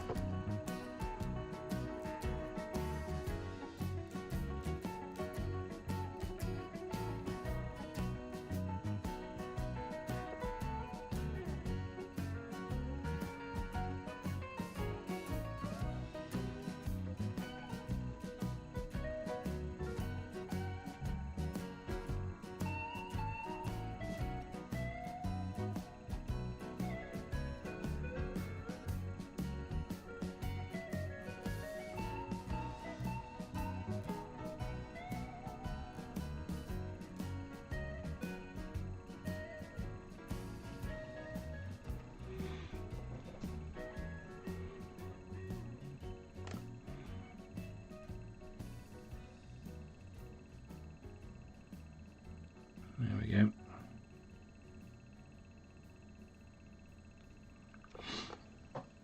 And I think that's all that really needs. It's got that Grimdark effect because of the oil paint and the oil wash. Everything's blended really nicely. Got loads of contrast there. Get some basic material on that, and I think that's done.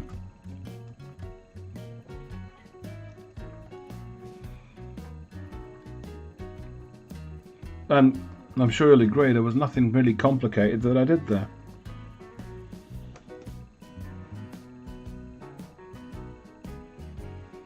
Nothing complicated at all. It's just practice and being unafraid to take risks with your painting.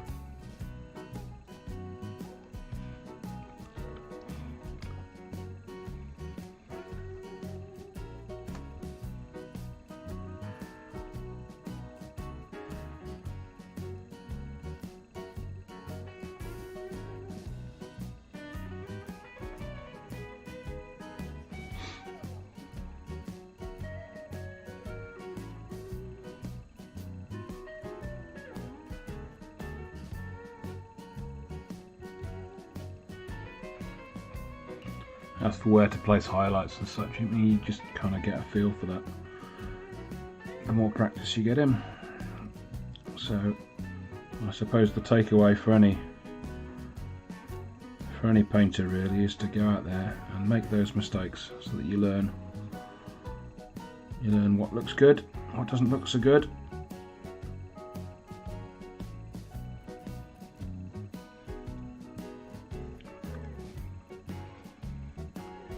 I mean, it's not a display piece, but on the table that'll look absolutely fabulous, I think. Yeah, I'm happy with that. And there's your contrast with that's the difference some highlighting makes. Boom. Instant bang. Because these looked identical. So I put them side by side. Yeah, they both look like that. And then suddenly, bit of wraith bone. Boom. Right, I think I'm going to leave that there. Thank you for joining me tonight, you wonderful, wonderful people. If you feel like supporting me, I have a Patreon site. The link is in the description for the video. I also have, I'm also on BuyMeACoffee, so if you want to do that, that's be very much appreciated. Apart from that, like and subscribe and make comments and do all that wonderful stuff and smash that bell, and it'll really help the channel grow, which will make me super happy, and happy is what I'd like to be. Like I say, I'm only 3 subscribers, three subscribers away from 100, which will enable me to get a custom URL, which will stop it being a random string of gibberish that I'm giving out when I'm giving out URLs, and that's what we're all about. Okay, so there are the 3 miniatures that I have painted tonight. There's the one I've almost finished. Onto the base for that is going to go some of Geek Gaming Scenic Space Ready Mix, Scrubland, which just needs PVA glue, or they do their own fast drying glue. I'll get that on the screen as well, because you know they're fast drying basing glue. Just just put that straight on the base, dip and shake, and you've got that.